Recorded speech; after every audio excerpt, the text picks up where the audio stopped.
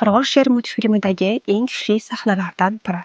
Simba Timon va Pumba bilan yengil hayot kechirayotgan bir paytda otasi Mufassonga osmondan ko'rinib, kim ekanligingni unutma degan sahna yodingizdami?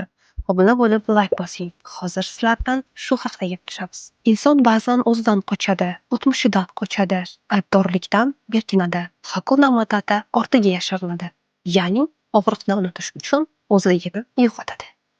Mufasso unga shuni eslatadi: sen oddiy sher emassan, sening mas'uliyating bor, sen ichingdagi kuchni unutding. Bu ko'p odamlarga ham tegishli.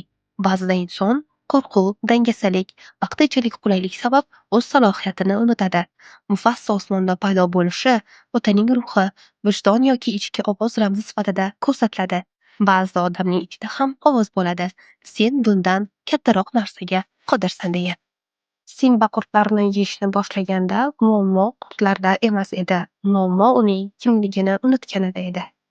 Eng xavfli yo'qotish bu o'zingni yo'qotishdir. Kommentariyada ushbu sahna bo'yicha o'z izohlaringizni qoldirib keting.